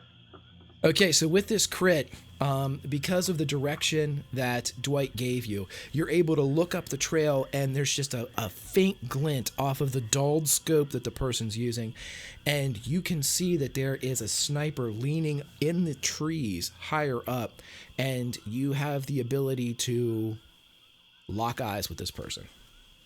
Hi. Just for a moment. Roll a power check for me. Okay, Greg. Okay. Hard success. Boom. Okay, as soon as you lock onto this person, you feel an absolute backlash come through the eyeballs. Something that you have never felt before. Oh, no. And Cait, as you are holding Sibella, she tears from your grasp and flies 7 feet behind you. Sibella, I'd like you to roll a fortune or a luck roll for me to see if you hit a tree. Yep. So you see her fly off behind you, as I think I just closed my roll 20. Oh, then it doesn't count. So it sad. does count. Stop it. That's terrible. I'm so sorry. She rolled a 1. Right. Give me a second. No. We got so many. No. Got so many things going No, on here. sorry, we moved on in the initiative. You lost. Sorry. I know. Okay, so you go flying 7 feet back. You hit a tree, and you are gifted with the lovely damage of 4 damage as it strikes into the back of you. And Cait, she's just ripped from your grasp as you see her look up, and you see that kind of expression that she dips into whenever she's starting this. And whatever happens, it's not something tangible, but you can feel it. It's a wave of something, and it just rips her out of your arms. She flies straight back, and as a pilot, as somebody, a student of aeronautics, as somebody that knows the effects of gravity, you realize she wasn't going to stop moving unless she hit something. And as she crashes into this tree and slides down, you take the damage, Sibella, and you are dazed for the next round. Yes, nice and here under the brush. I'll be okay. Uh-huh. Okay, so we're going to go back to the rest of these guys now. As one of the poor volunteers, you see their heads explode, another head explodes, and both of the gentlemen that were with you, the beyond Arturo, they both drop as well. And the woman is screaming as all of the shotgunners light her up. And she just disappears. What once was a corporeal being becomes a being of shadow and red mist. Boom! She's just gone. And they advance on you. You have 4 shotgunners that are getting within 10 feet of you, and you have a sniper who now has no other targets but the Olympians. Top of the order, Dwight, what would you like to do? Can I get a beat on the sniper? You can, yeah. I am going to. How many are closing in on Sawyer? 4. Sawyer is standing in the middle of the road with All 4 right, shotgunners coming. I'm going to go for the shotgunners that are heading on Sawyer. Okay. Boom. Okay. Again, this takes another one. It drops to the ground, mortally wounded from a huge entry wound or a huge exit wound in its back. Blood is pouring out everywhere. It's gasping in the final throes of life, but it's still technically alive. All right. Well, I'm going to take a shot at another one. Okie dokie. Boom. Okay, this one just headshot, boom, it drops to the ground. There are 2 active shotgunners still approaching, and of course we have our sniper in the distance. So Dwight, if you don't have any movement left for yourself, I'm going to stay right where I'm at. Okay, we go to Sawyer. Sawyer, everybody's off the road except for you. What would you like to do, sir? Greg, I know you, and when you say something as specific as within 10 feet, you're saying that on purpose. I am? So I'm going to channel my inner Pat, and hopefully the spirit of Pat can help me out here. I'm going to fan the hammer, as it were. Nice. So you get to fire 3 shots, none of them at disadvantage. I'll let you do this because Will at Encounter Roleplay was nice enough to let me do this. I will let you fire them one at a time, and I will let you know how it affects the people that you're shooting. So you can... Tremendous. Yes, sir. Oh. 2 damage. Okay, so you fire, you kind of clip, take a cheek off of one of them as it doesn't even seem to notice the fact that its teeth are exposed all the way up to its ear as you just ripped half or the bottom third of its face off. You may fire again, though. 10. What was left, 1/3 of its face was gone. Now 3/3 of its face are gone as you obliterate that. You have 1 shotgunner in front of you. Oh, no. 95. Terrible. Okay, so as you turn and you're trying to walk the 2 shots and you fire the last one, it just whistles past the ear of one of the shotgunners. Would you like to move, sir? Yes, everyone is in cover now. So whichever way Sibella got blown backwards, probably in between her, like in between him and whatever the hell blew her backwards. So he's jumping behind the trees and in the bushes. Well, you know what? Elijah is in danger of becoming a bit of a hero here, as he is placing himself in between danger and his comrades. I like it.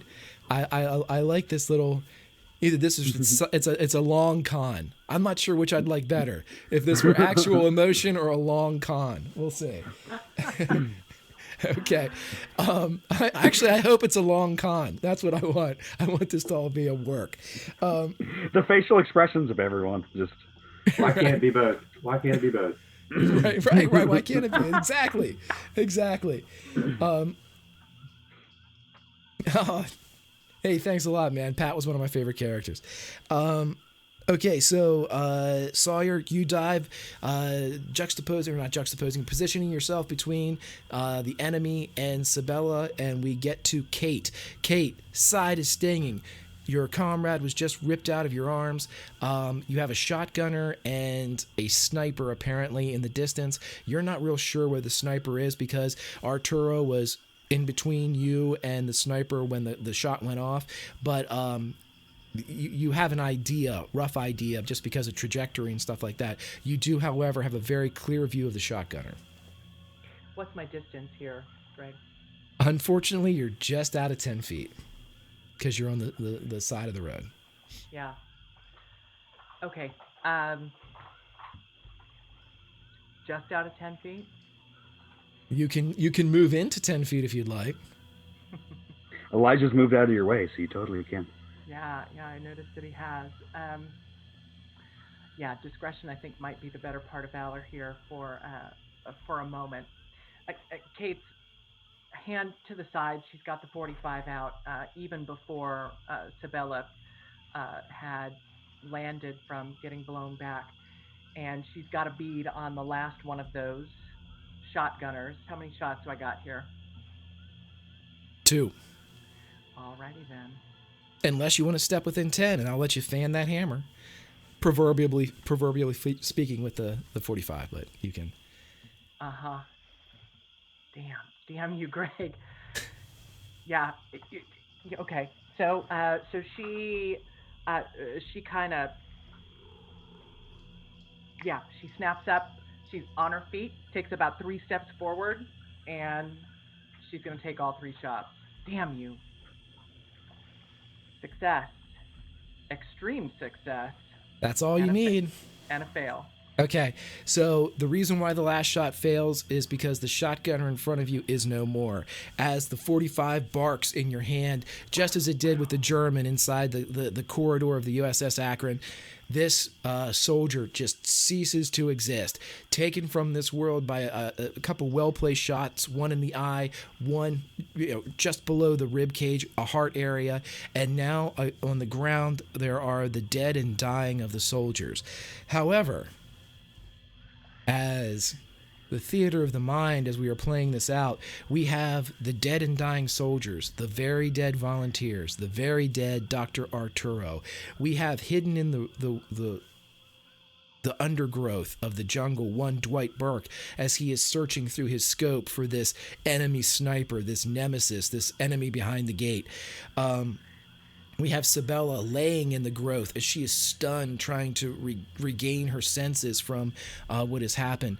We have Elijah, who is kind of crouched off to the side of the road. And we have one, Cait O'Callaghan, reckless aviatrix, standing as what would definitely be the biggest target in a decreasing target-rich environment. So a shot rings out as the sniper fires. As the sniper hits, for 10 damage. Greg. What? Go, Reg. Go, Greg. Okay, so as the shot rings out, Dwight and Elijah, you guys are probably the best witness to what is the crash of Cait O'Callaghan. As she steps out, you see a shot ring out as it takes her directly in. You're not sure if it's the chest or the shoulder, and you see the back of her explode as she falls to the side and drops to the ground, gun clattering out, because that is more than half of your hit points, correct, Cait? More than half of my current hit points. Yeah, Yes. she's got like 30 left, dude. Yeah, it is. Okay, so you drop to the ground. Cait, you are unconscious at this point. You have suffered a severe major wound, which for the mechanical version of this, I have to name what this is right off. This is a shattered clavicle. So your collarbone took the brunt of this shot.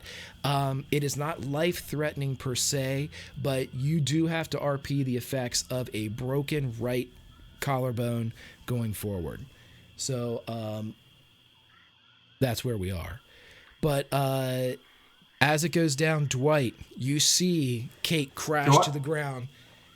Do I have a beat on the shot? You saw exactly where it came from. All right, he's going to try to put his proverbial dick in the dirt.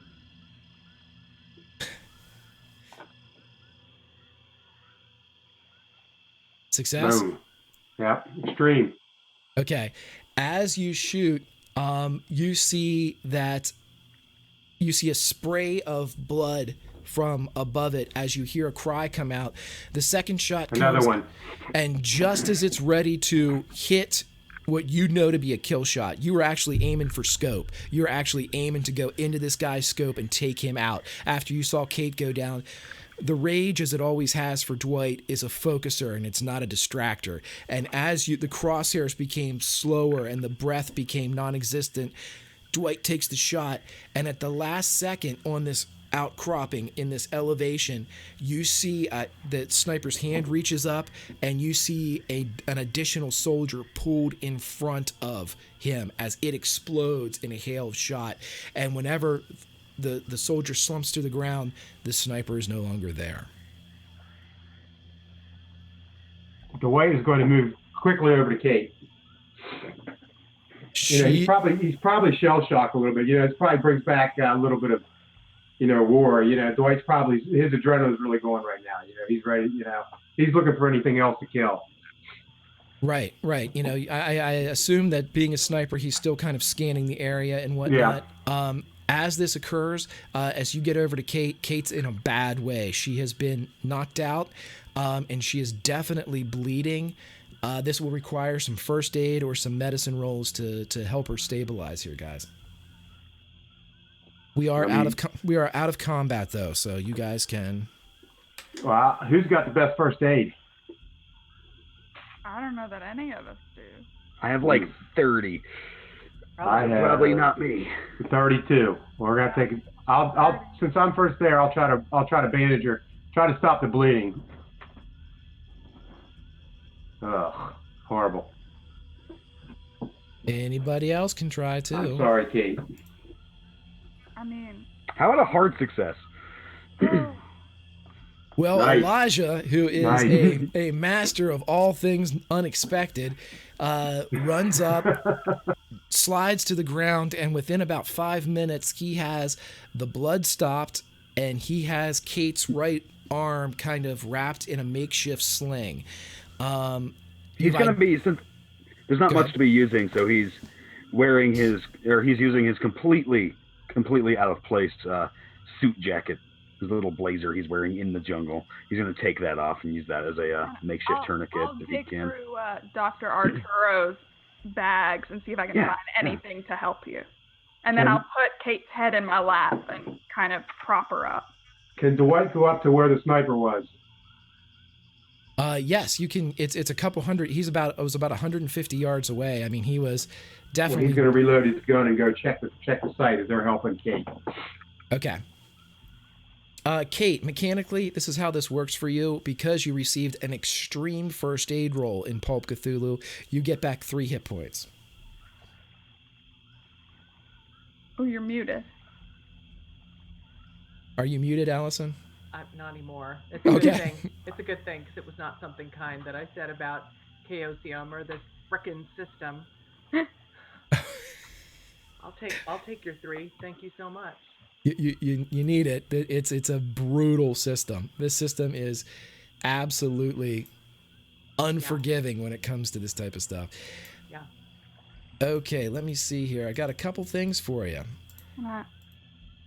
When you go, let me make sure I got everything locked here. Okay.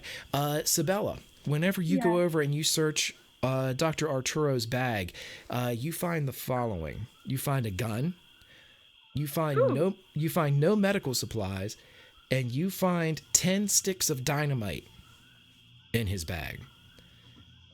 Beyond that, you find nothing else. Now, in his big pack, you find like the prepackaged medical supplies, the prepackaged food, and the radio that Quentin talked about. This one is directed, you can hear his voice in your head. It's almost as if he's right there. This one is cued in just to me. It comes right to this radio right here. What a joy. Right. I bring everything back over toward Cait and Elijah, even though I think Dwight might be better off with the dynamite, and I just kind of, I don't want to bother her, but I just kind of show it to Elijah as I'm handing him the medical things, the prepackaged ones. Gotcha. Okay, so these are basically, because of the role that he received, that extreme role, Elijah uses this to get that type of result, to get those 3 hit points for Cait. Because nobody has the medicine ability, do you? First aid's kind of like, I'm going to help you not die. Medicine's like, I'm going to help you get better. The higher a medicine roll, it's, the ability to heal somebody beyond just the triage. Well, you need a cleric. Mm-hmm. Right. No. This is why I'm taking a level in Paladin next time, man. Right. Okay, so what we do have coming up now is, though, Dwight, when you get up there, the other thing that you find, Sibella, and I have put that up in roll 20, and I will put it up on the, let me see, I think it's there it is for everybody else at home. You find this map that Dr. Arturo had that seems to represent the dotted line being the trail that you're currently on, the aid camp to the north, and what they have identified as the ford and the site of the battle. Now, Dwight, when you get up to where the site of the sniper was, you find nothing that looks like... you find some blood. You find the body of the soldier that was used as like a human shield. And you also find this because you did enough damage to them.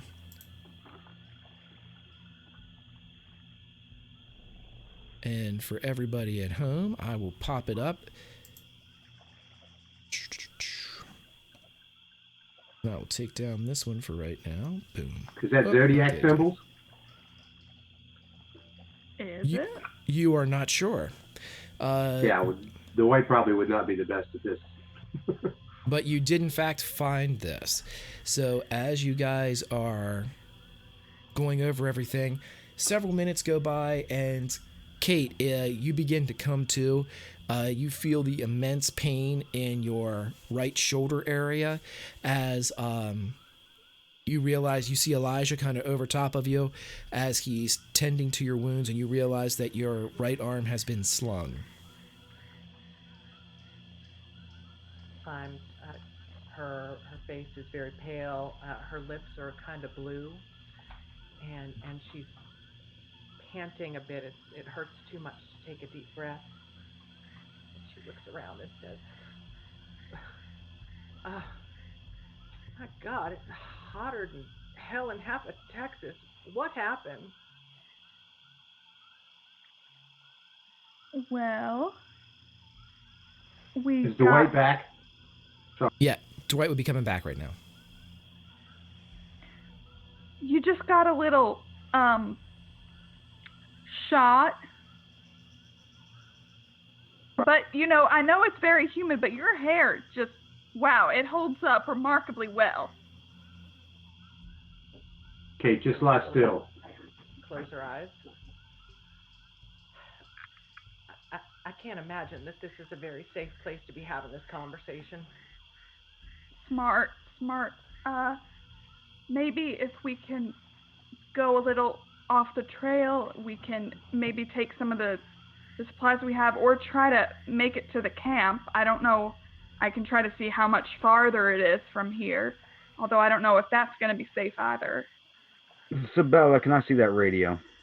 Sure. Thank you, darling. I would smash it. I'm planning on it. Give me a minute. I'm gonna tune in if I can. Okay, you will realize that this radio requires someone to plant an antenna needs to get height for this to work because of the canopy of the jungle.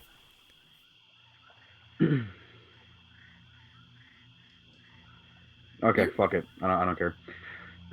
Radio goes in the mud. Oh, hey, what? Why? Why are you doing that? Then Elijah's also gonna search the.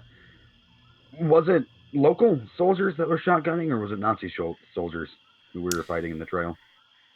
When you look at it, they seem to be. You're not familiar with the uniform that they're wearing, and you're not sure exactly. I mean, there's nothing identifying them as like Bolivian troops or Paraguayan troops or anything like that. But I will let you make an intelligence check, because if anyone here is going to be able to spot that type of thing, it would probably be Elijah. I'm going to use 6 luck points just because. Sure. I have plenty. Okay. I love it. I love that there's plenty of luck to be spent now. Okay. So the luck is spent, and the good thing is that you have identified these as Bolivian troops. You're not sure exactly of the ranking, but they appear to be the same thing as like a private class for the U.S. Army. Okay. Going through their pockets and, of course, scooping up all 4 shotguns. Okay. Also, you will identify that as you're going through them, they appear to be in a bad state, in that, they have several days worth of beard growth. You can tell that they are dehydrated. Several of them have like soiled themselves and like urinated themselves and not changed the clothes. It's almost as if they were neglected. Oh, God, it's Bourbon Street all over again. That is true. Now, Mr. Sawyer, why did you throw the radio in the mud? Could you explain that? Because I'm unclear.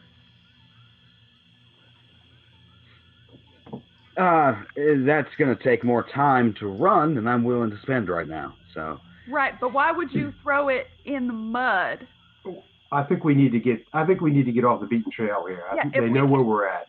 If we can get out of here, I can spend some time with this, and I can just spend some time. We should go. If we radio transmission anybody, they could be listening to us very easily. That's not what I meant by using it, but sure. Soldier Boy knows about this kind of thing. I'm going to rely on his intellect and his experience. I would also show them that I've already shown them the map that I found as well. Had I not shown them yet? Totally up to you. You can have. Okay, well, let's get off the beaten trail. I said I have something I found as well. I want to show you guys. Are you guys heading towards the aid camp? Are you just getting off the trail, or are you heading like back towards the Ugly Duckling, or which direction? Perpendicular to the trail, I'd say, just to get out into the. Okay, so instead of north, you're headed west or east? If everyone agrees. Yeah. We could nudge east a little bit. Geez, when I was up there, I didn't. Can I go turn up there and find to see where it's spot hidden? Maybe where tracks, where maybe they went, or is that not possible? I will let you roll a tracking if you would like to do that. I will do it. I will accept the results of the roll. Oh, it's not going to be good. Yeah. That would be a big time fail. Yeah, you don't see anything coming or going.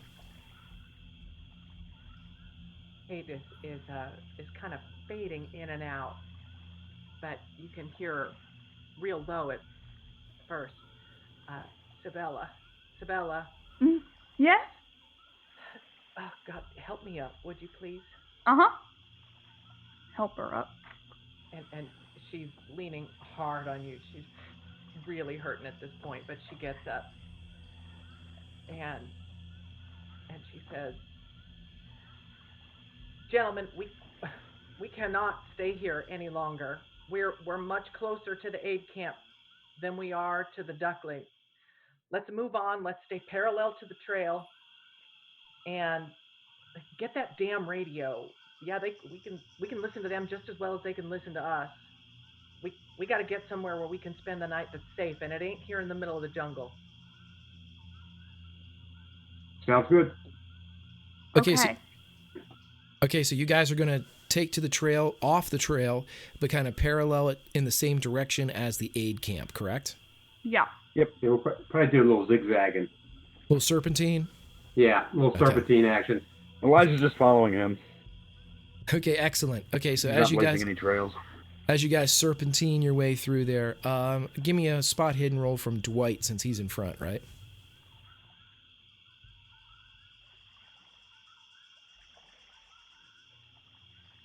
Extreme success, right? Is that what that is? All right. Mm-hmm. Okay, so Dwight, as you're leading everybody through, Cait's kind of slowing people down at this point. It's not necessarily because she's slow herself. It's just because having just been shot and negotiating an off-track jungle trek with one arm as she's kind of like pulling herself along, even with Sibella's help, it kind of just slows everybody down a bit.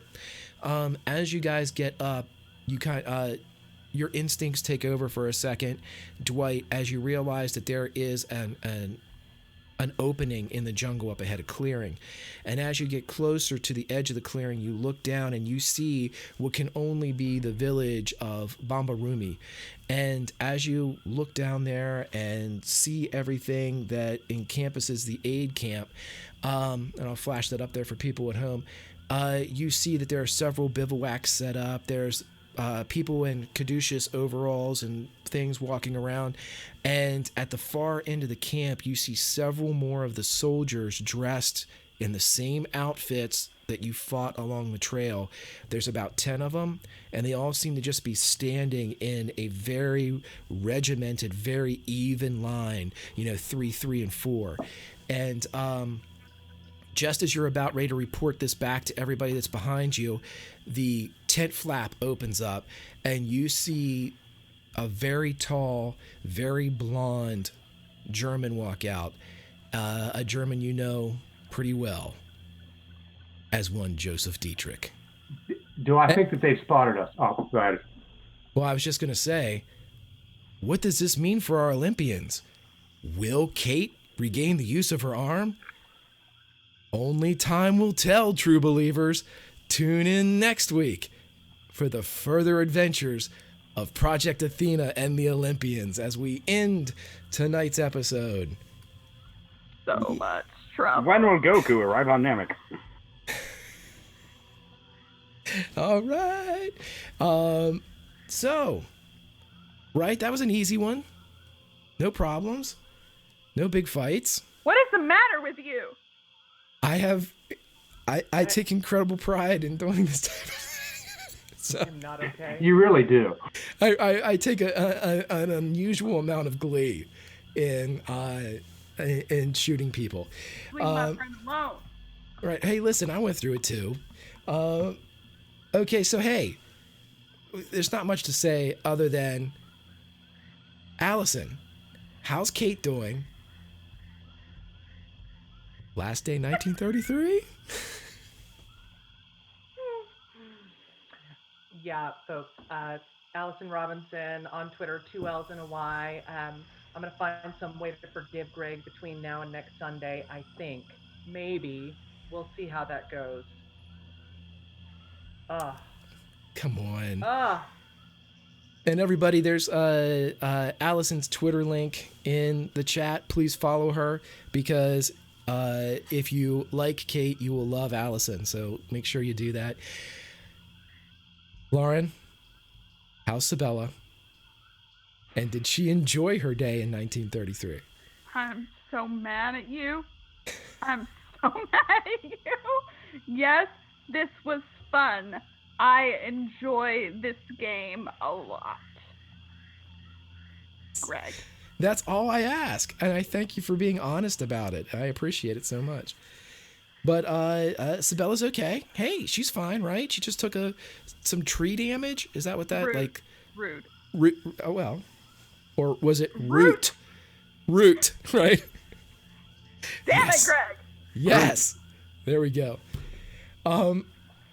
Alrighty, Steve, how's Dwight doing? He got to do a little of his little bang bang speciality.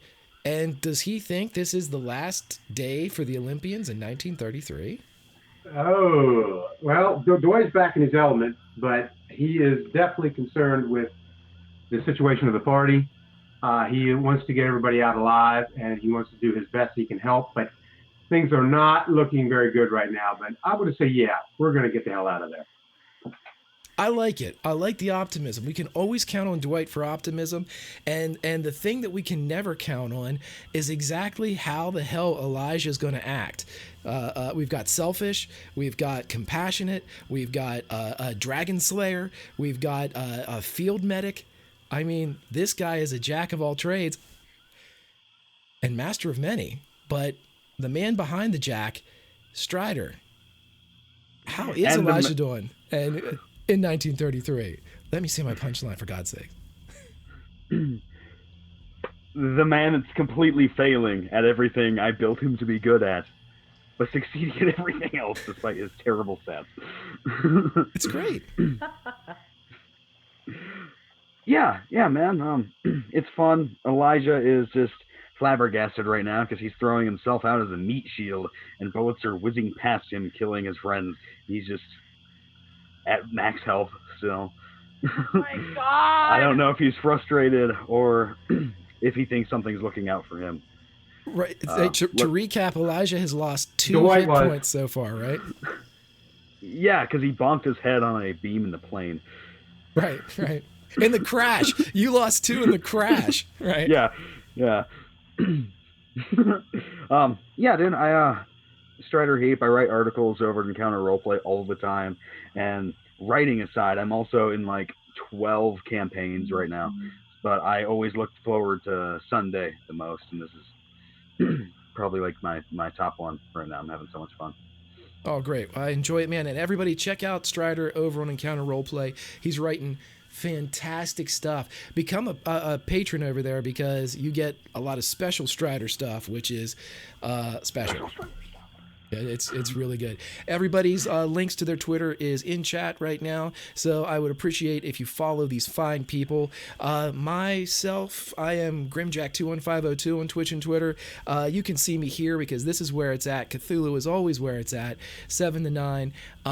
You can also see me on every Saturday from 6 to 9 on Dungeons and Dragons Wizards of the Coast Twitch, where I am on Learn by Play now, which is super duper fun because I haven't actually been able to play D&D in quite some time, and that's a blast. And then I'm on Encounter Roleplay Mondays and Wednesdays, and Unmade Gaming on Wednesday evenings. So check me out there if you're not too sick of me, or if you can forgive me for the things that I've done to the people that you're looking at. They're not going to forgive me, but you can. You can be bigger than them. You can come and have fun with me. Or if you're sadistic like Greg, watch me get my ass kicked at Tomb of Annihilation. Mondays. Or that. Plugs. Upselling. Okay, we are going to go raid my buddy Mike over at Unmade Gaming. Join in to go over there. Tell him when you get there that the horror... I'll tell you what to do that. The horror is here. The horror or the whore? The whores are here. What are you saying? Where? I have a cold, so everything sounds bad. But the horror, as in horror movies, is here. It's a grim raid. Let's go over there. Enunciate, man. I know. I need to learn to enunciate. I need to not have a head cold. I need to get going here. Yeah, What a letdown. I can't have I can't. Right. Steve was signed up for the horrors are here, right?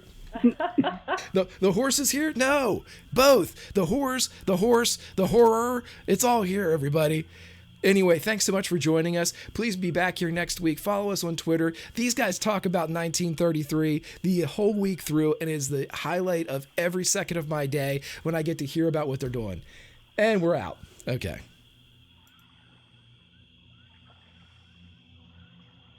You did it. So I'm commenting right now. I'm going to be